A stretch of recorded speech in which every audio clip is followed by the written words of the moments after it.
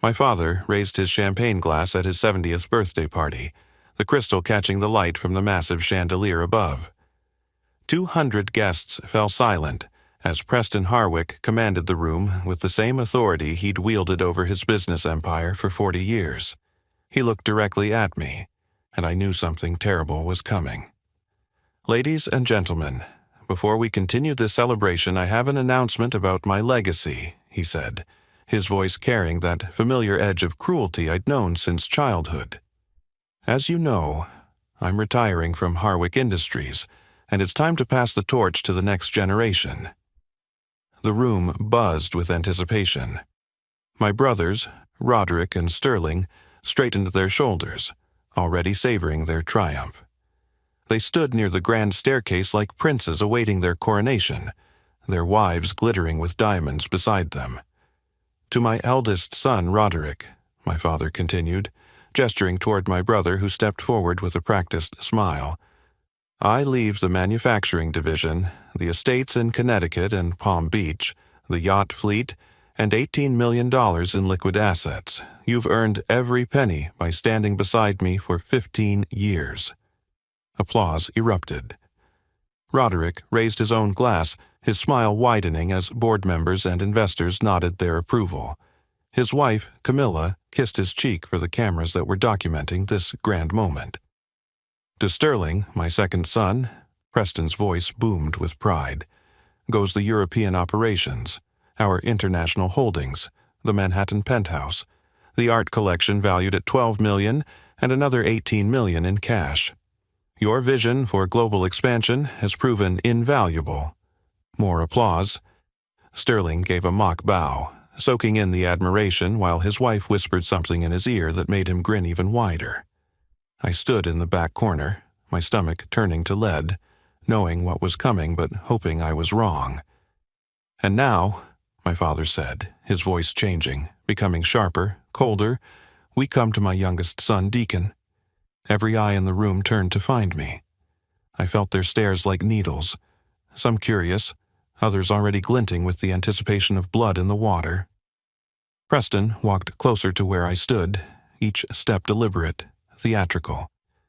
Deacon, who rejected the family business to play doctor to barn animals. Deacon, who threw away every opportunity I gave him to chase some childish dream of saving strays and livestock. He paused, savoring the moment. Deacon, who chose poverty over prosperity, sentiment over success. The room had gone completely silent. Even the waitstaff had frozen in place, silver trays balanced perfectly still. "To you, Deacon, I leave exactly what you've contributed to this family's legacy." He raised his glass higher. "Nothing, not a single penny, not a property, not even a seat on the board you rejected 10 years ago. You were never worthy of the Harwick name, and tonight, everyone here bears witness to that truth." The silence lasted 3 heartbeats. Then someone started clapping. Just one person at first, then another. Then the entire room erupted in applause, as if they'd just witnessed a brilliant performance. My father's business partners laughed openly. My brothers clinked their glasses together in celebration. Even my Aunt Meredith, who'd always been kind to me at family gatherings, looked away when I caught her eye. "A toast," Preston called out, his voice triumphant, "to those who build legacies and to those who learn the price of walking away from greatness." "To legacies," the crowd roared back, champagne glasses rising in unison. I turned and walked toward the door, my legs steady despite the earthquake in my chest. Behind me, I heard Roderick's voice carrying over the celebration. "Should have listened to Dad, little brother. Hope those mutts keep you warm at night." Then Sterling's laughter. "At least he's consistent, always choosing the losing side." The marble floor of the entrance hall echoed under my feet. My hand reached for the massive oak door when I heard someone calling my name. Not shouting, just speaking urgently, quietly. "Deacon, wait, please, just one moment." I turned to see Walter Grimsby, my family's lawyer for the past 40 years. His face looked different from the crowd inside, marked with something I couldn't quite place. Sympathy? Guilt? He glanced over his shoulder to make sure we were alone, then reached into his jacket pocket. "Your mother, Vivian," he said, his voice barely above a whisper. "She knew this day would come. She prepared for it 20 years ago before she died." He pulled out a manila envelope, thick with documents, sealed with burgundy wax bearing my mother's initials, VBH. Vivian Brennan Harwick. My hands felt numb as he pressed it into them. "She made me swear on my life, Deacon, on my life and my children's lives, that I would give this to you tonight, on your father's 70th birthday. Not a day before, not a day after. Tonight?" His weathered hands trembled slightly. "I've carried this burden for 20 years, and now it's yours." "Walter, what is this?" "The truth," he said simply. "Everything your mother wanted you to know when the time was right, when you could handle it, when you would need it most." He squeezed my shoulder, his eyes filled with an old sadness. "Don't open it here. Go somewhere safe. And Deacon, whatever you decide to do after you read it, know that your mother loved you more than life itself." Before I could respond, he turned and walked back toward the party, leaving me standing in the doorway holding an envelope that suddenly felt as heavy as the world. Through the windows, I could see my father laughing with his guests, my brothers posing for photos with their wives, everyone celebrating the destruction of my place in the family. My mother had been dead for 20 years, taken by cancer when I was just 12 years old. She'd been the only person in that mansion who'd ever shown me genuine love, who'd encouraged my dreams of becoming a veterinarian, who told me that kindness was a strength, not a weakness. Now, 2 decades after her death, she was reaching out from beyond the grave on the very night my father had publicly disowned me. I walked to my truck, the envelope burning in my hands. The sound of laughter and music from the party followed me into the night. As I sat in the driver's seat, I could see the warm glow of the mansion's windows, could imagine my brothers already planning how to spend their millions while my father basked in his final victory over the son who dared to choose his own path. But I had something they didn't know about, a message from the only parent who'd ever truly loved me. My fingers traced the wax seal, feeling the indentation of my mother's initials, and I wondered what truth could possibly matter after 20 years of silence. The first line of her letter would change everything, but in that moment, sitting in the dark outside my father's mansion, I was just a rejected son, holding the last words of a mother I'd barely had time to know. 3 weeks before that nightmare of a birthday party, I was performing emergency surgery on a golden retriever who'd been hit by a truck. The dog's owner, a single mother named Janet, sat in my waiting room with her 2 kids, crying because she couldn't afford the full procedure. I told her we'd work out a payment plan, maybe $20 a month, whatever she could manage. That's who I am. That's the life I chose, and despite what my father thinks, I've never regretted it for a second. My veterinary clinic sits on 5 acres just outside Denver, Colorado, about as far from my family's Connecticut estate as I could get without leaving the country. I bought the property 6 years ago using the small trust fund my mother had set up for me before she died. It wasn't much, maybe $70,000, but it was enough for a down payment. Everything else I built myself, one patient at a time, one 16-hour day after another. The morning the invitation arrived, I was castrating a stallion at the Morrison Ranch. My assistant, Beth, drove out to the field waving an envelope like it was on fire. "This just came by courier," she said. "Guy in a suit driving a Mercedes. Said he had to deliver it personally." The envelope was everything my father represented. Expensive, ostentatious, and cold. Ivory cardstock so thick you could cut yourself on it. His initials embossed in gold, the kind of thing that probably cost more than most people's weekly groceries. Inside, the message was brief and commanding. "Your presence is required at Preston Harwick's 70th birthday celebration. Black tie, no exceptions. Family duty demands attendance." Family duty, I almost laughed at that. Where was family duty when I graduated from veterinary school and my father refused to attend because I was wasting my potential? Where was it when I opened my clinic and he told everyone at the country club that I was mentally unstable? Where was it when my mother died and he shipped me off to boarding school 3 days after her funeral? "You going?" Beth asked, reading my face like she always did. "Haven't spoken to him in 3 years," I said, turning back to the stallion. Last time was at Roderick's wedding when he introduced me to his business partners as the family disappointment. But something made me hold on to that invitation. Maybe it was curiosity. Maybe it was that small, pathetic part of me that still hoped my father might finally see value in what I'd become. Or maybe it was something else, some instinct inherited from my mother that told me this particular summons was different. I grew up in that Connecticut mansion with its 23 rooms and perfectly manicured gardens. Every corner held a memory, mostly bad. The dining room, where my father would quiz us on stock prices during dinner, punishing wrong answers with silence that could last for days. The study, where he'd lecture me for hours about my failures while Roderick and Sterling sat smirking in their perfectly pressed suits. The library, where my mother would sneak me books about animals, whispering that it was okay to dream of a different life. My brothers had taken to the family business like sharks to blood.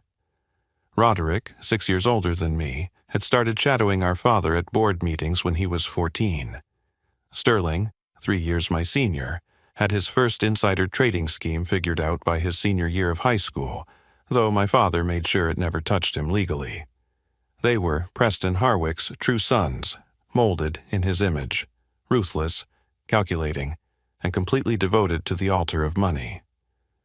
Then there was me, the kid who brought home injured birds and tried to heal them in shoeboxes, the teenager who volunteered at animal shelters instead of attending father's country club gatherings, the son who announced at his high school graduation that he was going to become a veterinarian, not a corporate executive, and watched his father's face turn from red to purple to a kind of gray I'd never seen before. "You're killing your mother's memory," he'd said that night. "She would be ashamed of what you're becoming." But he was wrong. My mother, Vivian, had been the one who encouraged my love for animals. She'd take me to the zoo every weekend when my father was traveling for business. She'd help me build little hospitals for my stuffed animals, complete with tiny surgical instruments made from paper clips and rubber bands. On her deathbed, when the cancer had taken almost everything but her voice, she'd held my hand and whispered, "Follow your heart, Deacon. It knows the way better than any map your father could draw."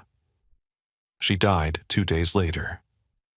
I was 12 years old, and the only person in that massive house who'd ever shown me unconditional love was gone. The funeral was a blur of black suits and hollow condolences. My father gave a speech about legacy and strength, never once mentioning love. My brothers stood stoically, already learning that Harwick men don't cry. But I sobbed until I couldn't breathe, and my father's look of disgust is burned into my memory forever. After the burial, he sent me to Exeter Academy, a boarding school where troubled rich kids got hidden away. I spent 6 years there, coming home only for mandatory holidays where I'd sit at the dinner table like a ghost while my family discussed acquisitions and mergers.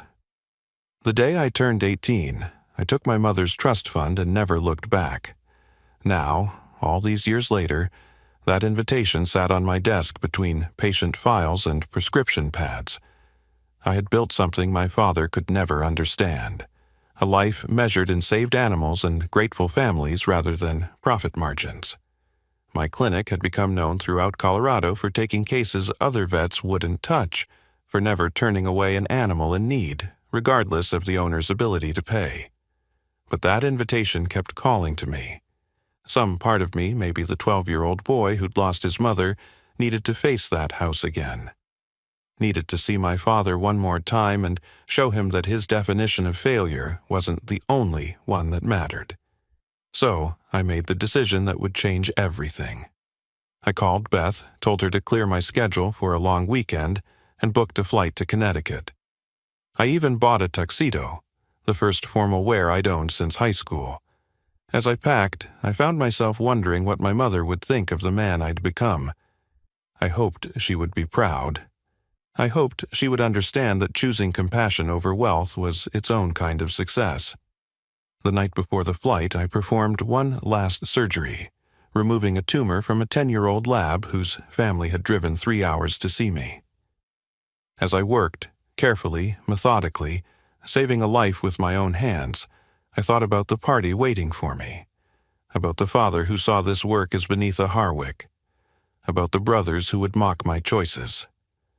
I had no idea that my mother had been planning for that night for 20 years.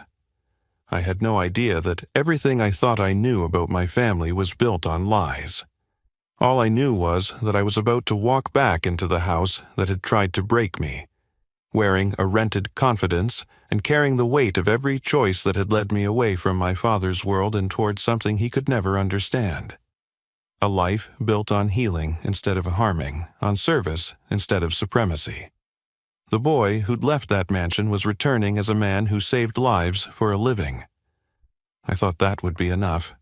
I thought wrong. The party was everything I expected and worse. The Harwick mansion had been transformed into what looked like a coronation hall. Gold and silver draping hung from every archway. Ice sculptures of my father's company logos stood like frozen monuments to his ego, and a string quartet played in the corner while waiters in white gloves circulated with champagne that probably cost more per bottle than most people's car payments. I arrived deliberately late, hoping to slip in unnoticed, but the moment I walked through those massive doors, heads turned. The prodigal disappointment had returned. Conversations paused mid-sentence, as familiar faces registered my presence with expressions ranging from surprise to amusement to outright disdain. "Deacon," my Aunt Meredith approached first, air-kissing my cheeks while keeping her distance, as if poverty might be contagious. "We weren't sure you'd actually come. Your father said you were probably too busy with your little animal practice." "It's not little," I said quietly. "We perform over 3,000 procedures a year." She laughed, that tinkling society laugh that meant nothing. How charming. "Well, your brothers are by the bar. I'm sure they'll be thrilled to see you." Thrilled wasn't the word I'd use. Roderick spotted me first, his eyes narrowing over his whiskey tumbler. He nudged Sterling, who turned with a smile that belonged on a shark. They approached together, a unified front in their matching designer tuxedos, their wives trailing behind like expensive accessories. "Well, well," Roderick said, looking me up and down. "Did you rent that tux by the hour? It looks like it." "Good to see you too, Rod," I replied, refusing to take the bait. Sterling circled me like I was livestock at auction. "Jesus, Deacon, you smell like a kennel. Did you at least shower after playing with the dogs?" "I showered after saving a horse's life this morning," I said. "But I guess that's not as impressive as insider trading, right, Sterling?" His face darkened. "Watch your mouth, little brother. You're in our world now." "Our world?" I looked around at the preening peacocks of a high society. This stopped being my world the day Mom died. "Don't you dare mention her," Roderick snapped, stepping closer. "You have no right. You abandoned this family. You spit on everything she and Dad built together." "She didn't build this," I said firmly. "She tolerated it. There's a difference." Before either could respond, the lights dimmed and a spotlight illuminated the grand staircase. My father appeared at the top, resplendent in a tuxedo that probably cost more than my monthly mortgage. The crowd applauded as he descended, every step measured for maximum impact. This was Preston Harwick's stage, and we were all just props in his performance. He worked the room first, shaking hands with senators and CEOs, laughing at jokes that weren't funny, accepting congratulations for a life built on stepping on others. When he finally reached me, his smile disappeared like someone had flipped a switch. "Deacon," he said, the words sounding like something bitter in his mouth. "I see you managed to find something appropriate to wear." "Hello, Dad." He studied me for a long moment, and I saw something flicker in his eyes. Not love, not even hate. Disgust, pure, undiluted disgust for the son who'd chosen a different path. "Mingle if you must," he said, But don't embarrass me. These are important people, not the kind of trash you usually associate with." He walked away before I could respond, leaving me standing alone in a sea of people who all seemed to know exactly how little I mattered to the great Preston Harwick. I grabbed a champagne glass from a passing tray and found a corner where I could observe without being observed. That's when I noticed the setup at the far end of the ballroom. A podium with a microphone, clearly prepared for speeches. The dinner was excruciating. I was seated at a table with distant relatives who spent the entire meal discussing their portfolios and vacation homes while pointedly not asking me anything about my life. Every few minutes, I'd catch someone at another table gesturing toward me, whispering behind their hands. The black sheep on display. Then came the moment everything changed. The music stopped, the lights focused on the podium, and my father took the microphone. The room fell silent with anticipation. This was what they'd all come for. Preston Harwick's grand announcement about his legacy. "Friends, family, esteemed colleagues," he began, his voice carrying that commanding tone that had crushed competitors and employees alike for decades. "Tonight marks not just my 70th birthday, but the beginning of a new chapter for Harwick Industries." The crowd murmured excitedly. Roderick and Sterling moved closer to the stage, their wives clutching their arms, already counting their millions. As many of you know, I've spent my life building an empire from nothing. From a single factory in Bridgeport to operations spanning 3 continents, Harwick Industries stands as a testament to what ambition and discipline can achieve. Applause thundered through the room. My father basked in it, letting it wash over him like a benediction. "But empires are not built to die with their founders," he continued. "They are built to endure, to grow, to evolve under new leadership. Tonight, I announce my retirement and the division of everything I've created." This was it, the moment my brothers had been training for their entire lives, the moment I'd stopped caring about years ago, or at least told myself I had. To my eldest son, Roderick, whose strategic mind and ruthless dedication have proven invaluable, I leave the manufacturing division, including all facilities in North America, the estates in Connecticut and Palm Beach, my collection of yachts and $18 million in liquid assets. The room exploded in applause. Roderick stepped forward, raising his glass to his father, his face glowing with triumph. Camilla posed beside him as photographers captured the moment, the heir apparent claiming his throne. To Sterling, my second son, whose vision for international expansion has exceeded all expectations, I leave our European operations, the Asian partnerships, the Manhattan penthouse, the art collection appraised at $12 million, and another $18 million in liquid assets. More applause, even louder than before. Sterling took his bow, that shark smile wider than ever. His wife, Natasha, actually curtsied, as if she'd just been crowned princess of something that mattered. Then my father's eyes found me in my corner. The room seemed to hold its breath. And now I must address my youngest son, Deacon. Every head turned toward me. The weight of 200 stares pressed down like a physical force.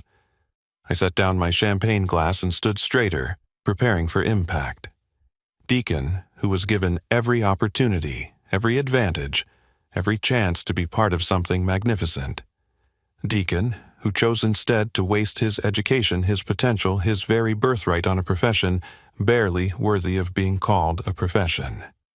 The words hit like punches, each one precisely aimed, but I'd been hit before. I could take it. While his brothers built their futures alongside me, Deacon ran away to play doctor to animals. While they learned to command boardrooms, he learned to shovel manure. While they became men of consequence, he became nothing. Someone gasped. Several people laughed. My brothers stood side by side, united in their victory, watching my humiliation with undisguised pleasure. "Therefore," my father said, his voice rising to fill every corner of the room, "to Deacon, I leave exactly what he has contributed to this family's legacy. Nothing, not a single penny, not a property, not even a token to remember me by. He chose to be nothing to this family, so nothing is what he receives.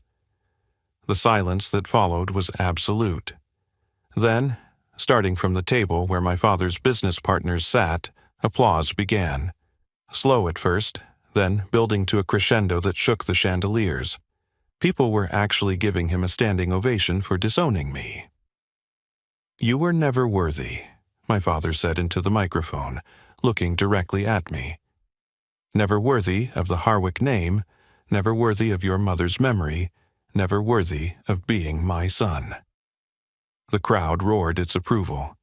Champagne glasses raised in toast to my father's brutal honesty, to his strength in cutting out the weakness in his family tree. I saw people I'd known since childhood laughing openly at my disgrace. Even the waitstaff seemed to be enjoying the spectacle. That's when I knew I had to leave. Not run, not flee, but walk out with whatever dignity I could salvage from this public execution. I moved toward the door, my footsteps steady despite the earthquake in my chest, ignoring the whispers and laughter that followed in my wake. I sat in my truck in the mansion's circular driveway, my hands trembling as I held the envelope Walter Grimsby had pressed into my palm. The wax seal bearing my mother's initials seemed to pulse under the overhead light. Through the mansion's windows I could still see the party continuing, shadows of people dancing and laughing, celebrating my erasure from the family legacy. The paper inside was thick, cream-colored, the kind my mother had always used for important correspondence. Her handwriting, still elegant after 20 years, made my throat close up. I took a deep breath and began to read. "My dearest Deacon, if you're reading this, your father has just shown his true nature to the world, and you need to know the truth about why I really died." I had to read that line 3 times before it sank in. My mother had predicted this exact moment, this exact betrayal, 20 years ago. How was that possible? I didn't die from cancer, my love. The cancer was real, but it was induced. I was poisoned, slowly, methodically, by someone who wanted me gone. That someone was your father. My hands went numb. I nearly dropped the letter, but forced myself to keep reading. 6 months before my diagnosis, I discovered something about Preston that changed everything. Your grandfather, my father Theodore Brennan, wasn't just Preston's business partner. He was the actual inventor of every patent that launched Harwick Industries. Your father stole them, forged documents to claim ownership, then destroyed your grandfather financially and emotionally. My father died of a heart attack when you were 3, but it was really a broken heart from the betrayal. I remembered my grandfather vaguely, a kind man with soft hands who'd let me play with his pocket watch. My father had told us he was weak, a failure who couldn't handle the pressure of business. Another lie in an empire built on them. I confronted Preston with the evidence I'd found in your grandfather's old files, bank records, original patent drawings with my father's signature, even correspondence discussing the inventions before Preston claimed them. I told him I was going to expose him. That was my mistake. I should have just taken you boys and run, but I thought I could make him face justice. The letter continued, detailing how her mysterious illness began just weeks after that confrontation. How the doctors couldn't explain the aggressive nature of her cancer or why treatment seemed to make her worse. How Preston had insisted on a specific oncologist, Dr. Martin Hewitt, who'd retired to Switzerland immediately after her death. I started recording our conversations when I realized what was happening. Preston would bring me special teas, insisting they would help with the nausea. He'd stand there and watch me drink every drop. In one recording, he told me, "You should have kept quiet, Vivian. Some truths are too expensive to tell." My mother had spent her final months not just dying, but building a case. She'd hidden evidence in a safety deposit box at Union Federal Bank, box number 1247. She'd transferred the original, patent rights, which she'd inherited from her father without Preston knowing, into a secret trust. The patents themselves expired years ago, but the derivative technologies are still in use. Every smartphone component manufactured by Harwick Industries, every medical device, every aerospace instrument, they all stem from my father's original work, The royalties should have been yours all along. I've made sure they were collected in a trust under your name through my maiden name, Brennan." She went on to explain how she'd structured everything through Walter Grimsby, making him promise to wait until Preston's 70th birthday, knowing that would be when he'd formally disown me and I'd need this information most. There's approximately $100 million in the account now, possibly more. But the money isn't the real gift, my darling boy. The truth is, inside the safety deposit box, you'll find everything. The original patents, the forged documents Preston created, recordings of our conversations, and video testimony I made from my hospital bed that Walter witnessed and notarized. I looked back at the mansion, at the warm light spilling from its windows. Inside that house, my father was celebrating his victory over me while standing on the bones of the man he'd destroyed and the wife he'd murdered. "You have a choice now, Deacon. You can take the money and disappear, live your life free from the Harwick shadow, or you can use what I've left you to destroy him the way he destroyed so many others. I won't tell you what to choose. I trust your heart, just as I always have." The letter's final section was more personal, more painful to read. I need you to know that every time you showed kindness to an animal, every time you chose compassion over profit, you honored my father's memory and my love for you. Your brothers became Preston's sons, but you remained mine. That's why I chose you for this. Not because you're the youngest or the weakest, as Preston believes, but because you're the only one with enough integrity to handle the truth without becoming corrupted by it. She'd included specific instructions. Contact Walter immediately. Go to the bank first thing Monday morning. Inside the box, there would be a USB drive with digitized recordings and a contact at the FBI who'd been waiting 20 years for her call that never came. Whatever you decide, know that I loved you more than life itself. Know that every moment I had with you was worth whatever price I paid, and know that your father's cruelty toward you isn't because you're worthless, but because you remind him of the one person he could never truly defeat, me. The letter was signed simply, "All my love, forever, Mom." Underneath her signature was a postscript. The recording of February 15th, 2004 is particularly important. Preston discusses the acceleration protocol with Dr. Hewitt. Make sure the authorities hear that one. I called Walter's cell phone. He answered on the first ring, as if he'd been waiting. "You read it," he said. It wasn't a question. "Is it true, all of it?" "Every word. I've been carrying this burden for 20 years, Deacon. Your mother made me executor of her shadow estate, the one Preston never knew existed. I have the key to the safety deposit box. We can go Monday morning when the bank opens." "Walter, did you know he was killing her?" There was a long pause. I suspected, but I had no proof until she gave me those recordings. By then, she made me promise to wait. She said if I acted too soon, Preston would destroy you boys too. She died protecting you. I started my truck, the engine's rumble drowning out the distant music from the party. Monday morning, 9 a.m., Union Federal Bank. "Deacon, you should know that once you open that box, there's no going back. Your mother documented everything meticulously. The FBI will have to act. Your father will be arrested. The company will collapse. Your brothers will lose everything." I thought about Roderick's smirk as I left the party, Sterling's laughter, my father's voice saying I was never worthy. "Good," I said. "Let it all burn." I drove away from the mansion, leaving behind the world that had rejected me, carrying the ghost of my mother's love and the weapon she'd forged from truth. Monday would bring reckoning. Sunday night, I had to decide exactly how to use the power she'd left me. The boy who'd entered that party hoping for acceptance was gone.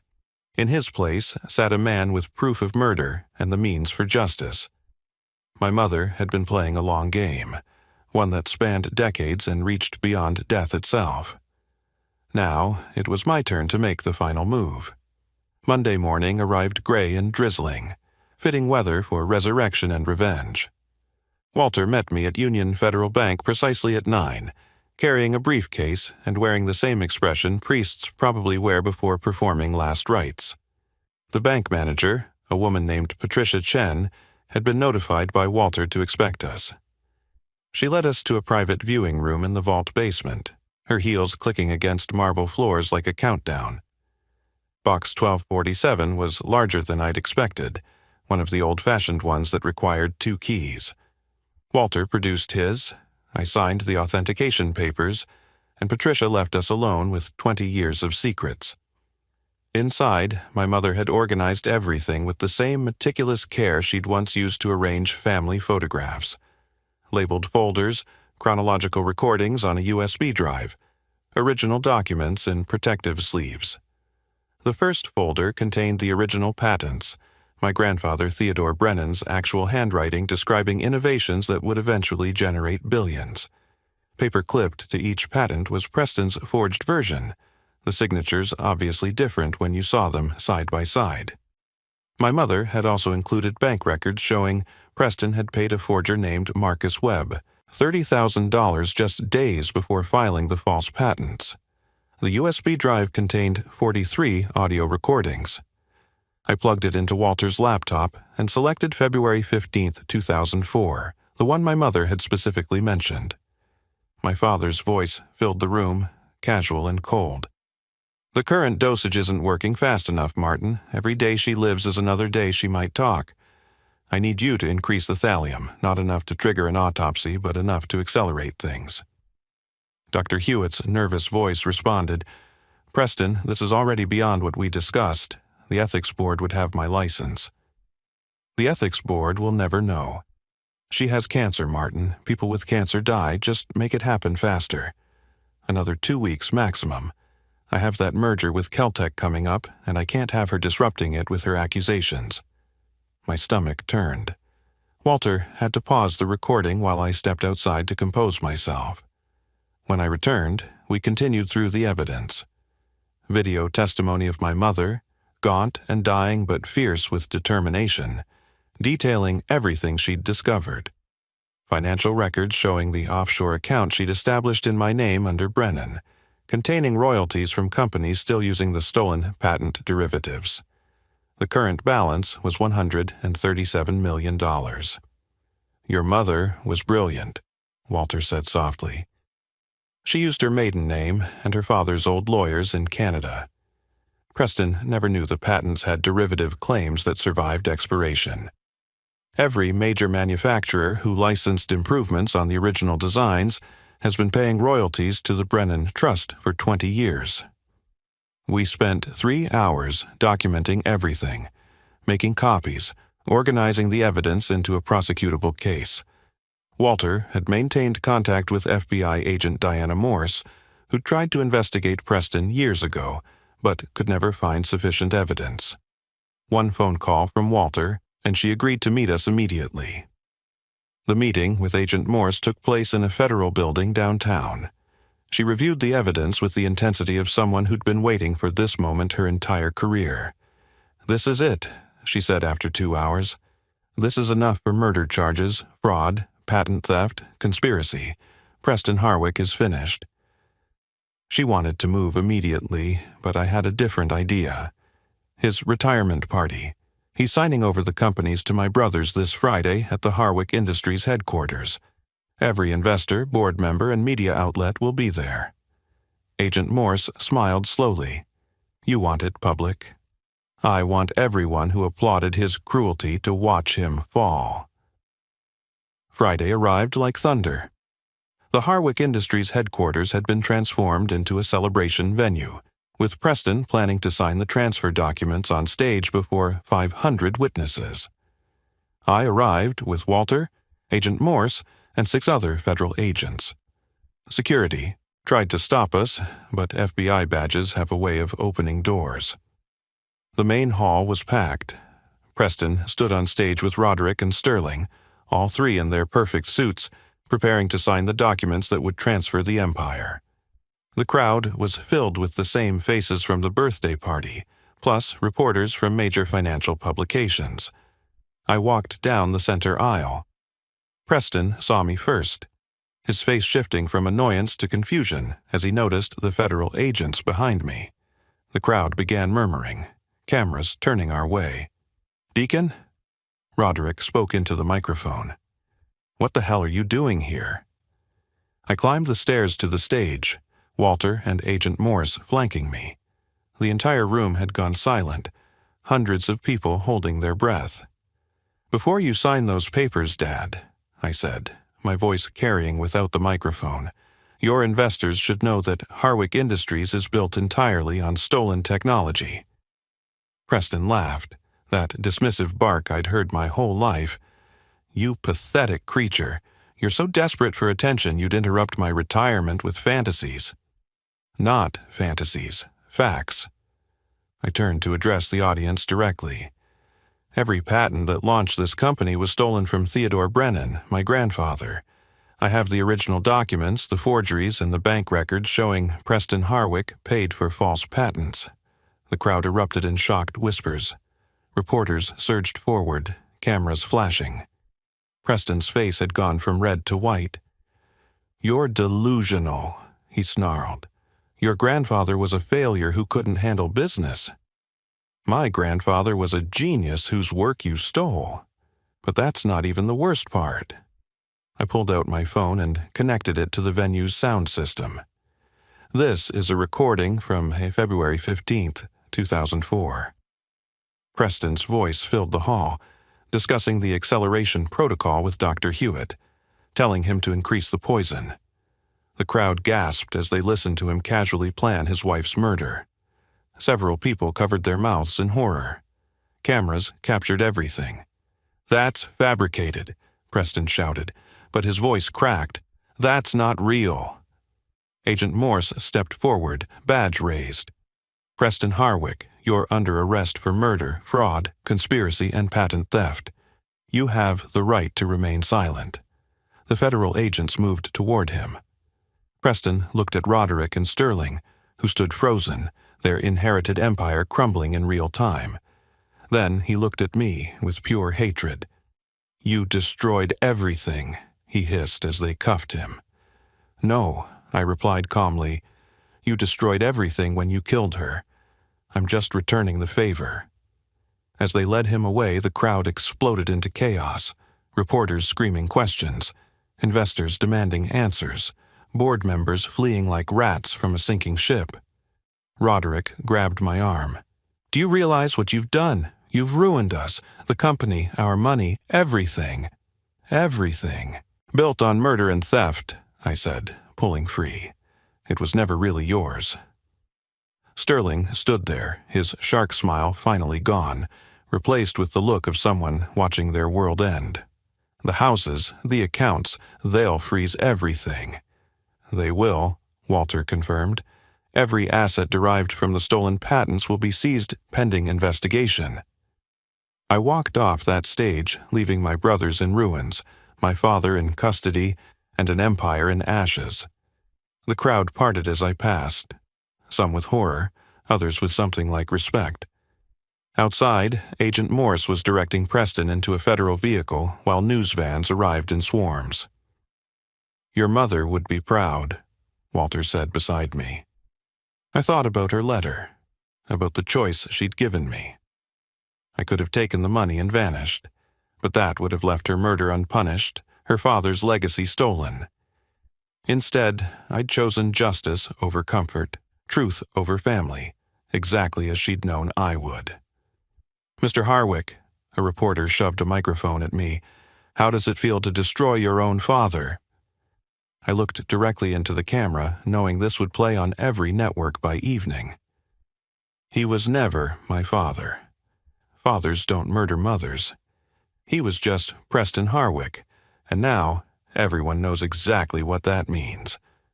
The federal vehicle pulled away with Preston in the back, his empire collapsing behind him like a house of cards in a hurricane.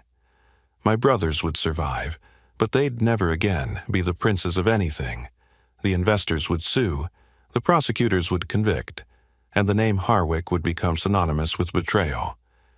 I'd entered that building as the disowned son, the family disappointment, the unworthy one. I left as the only Harwick who'd chosen truth over treasure, the only one my mother had trusted with her final gambit. The boy, who'd been publicly humiliated at his father's birthday party, had become the man who brought down an empire with nothing but evidence and courage. Justice, I learned that day, is the best inheritance of all. 6 months after Preston Harwick's arrest, I stood in the main treatment room of the Vivian Brennan Memorial Animal Hospital, the largest veterinary trauma center in the western United States. The morning sun streamed through windows that stretched from floor to ceiling, illuminating surgical suites equipped with technology most human hospitals would envy. This wasn't just a clinic anymore. It was a testament to what could be built with truth instead of lies. The trial had been swift and merciless. Preston Harwick, the man who'd spent 70 years crushing others beneath his ambition, sat in a federal courtroom as recording after recording played his own voice condemning him. The prosecution presented my mother's video testimony, filmed days before her death, describing how her tea tasted stranger each day, how Preston watched her drink it with cold satisfaction. Dr. Martin Hewitt, granted immunity for his testimony, confirmed every detail of the poisoning protocol. The jury deliberated for less than 3 hours, guilty on all counts, life without parole. I attended every day of the trial, sitting in the front row where Preston could see me. He never looked my way, not once. Even when they led him away in shackles, he kept his eyes forward, still too proud to acknowledge the son who'd brought him down. Roderick and Sterling sat on the opposite side of the courtroom, their designer suits replaced with off-the-rack department store specials. They'd lost everything when the assets were frozen, the houses, the yachts, the bank accounts, all seized by federal authorities. 3 weeks after the verdict, Roderick showed up at my clinic in Denver. He looked different without his $3,000 suits and $100 haircuts. Just a man in jeans and a jacket, standing in my parking lot like he didn't know how he'd gotten there. "I need a job," he said without preamble. "Any job. I'll clean kennels, answer phones, whatever you have." I studied my oldest brother, this man who'd spent his entire life believing he was superior to me. "Why here? Why me?" "Because you're the only one who actually built something real," he admitted, the words clearly costing him. "Everything I had was stolen. I see that now. I need to learn how to earn something honestly." I hired him as a receptionist. He was terrible at first, his arrogance making him snap at clients who didn't move fast enough for his liking. But gradually, something changed. Maybe it was seeing animals in pain and the people who loved them enough to spend their savings on treatment. Maybe it was watching me work 18-hour days not for money, but because a family's golden retriever needed emergency surgery. Whatever it was, Roderick began to soften. 6 months later, he was my office manager, and for the first time in our lives, we were actually brothers. Sterling took a different path. He fled to Europe, trying to trade on the Harwick name until he realized it had become toxic. Last I heard, he was teaching English in Prague, living in a studio apartment, learning what it meant to survive on merit rather than manipulation. He sent me a letter once, just 2 lines. "You were right. I'm sorry." I never replied, but I kept the letter. The Brennan Trust, my mother's secret legacy, had grown to nearly $150 million by the time I gained access. I could have kept it all, lived like the brothers who'd mocked me for choosing poverty. Instead, I used it to build something my mother would have loved. The hospital took $60 million. Another 30 went to establishing the Theodore Brennan Foundation, providing free veterinary care to families who couldn't afford it. The rest I kept invested, using the returns to fund ongoing operations. Walter Grimsby visited the hospital's grand opening, walking through the state-of-the-art facilities with tears in his eyes. "Vivian would be so proud," he said, watching me perform a demonstration surgery for veterinary students. "You didn't just avenge her. You honored her." "She knew exactly what she was doing," I replied, remembering her letter. "She didn't just leave me evidence, she left me a choice. I could have taken the money and disappeared, lived quietly somewhere Preston could never hurt me again. But she knew I wouldn't. She knew I'd choose justice. "How did she know?" Walter asked. I pointed to a plaque on the wall, my mother's favorite quote engraved in brass. "Integrity is doing the right thing when no one is watching." Below it, in smaller letters, Vivian Brennan Harwick, 1954-2004, forever loved. "Because she raised me," I said simply. And she knew that no amount of money could corrupt what she'd taught me. A year after the hospital opened, I received a letter from Preston in federal prison. His handwriting was shaky, the words brief. "Your mother won." That was all. No apology, no acknowledgement of his crimes. Just those 3 words. I framed the letter and hung it in my office, not as a trophy, but as a reminder that victory isn't always about what you gain. Sometimes it's about what you refuse to lose. The morning I'm telling you this story, I performed surgery on a police dog shot in the line of duty. The officer, a tough-looking sergeant named Rodriguez, cried when I told him his partner would make a full recovery. He tried to pay, but I showed him the Foundation's policy. Service animals are always treated free. As he thanked me through tears, I thought about my father's birthday party, about the room full of people who'd applauded my humiliation. None of them would understand why this moment, this officer's gratitude, was worth more than any inheritance Preston could have left me. But my mother would have understood.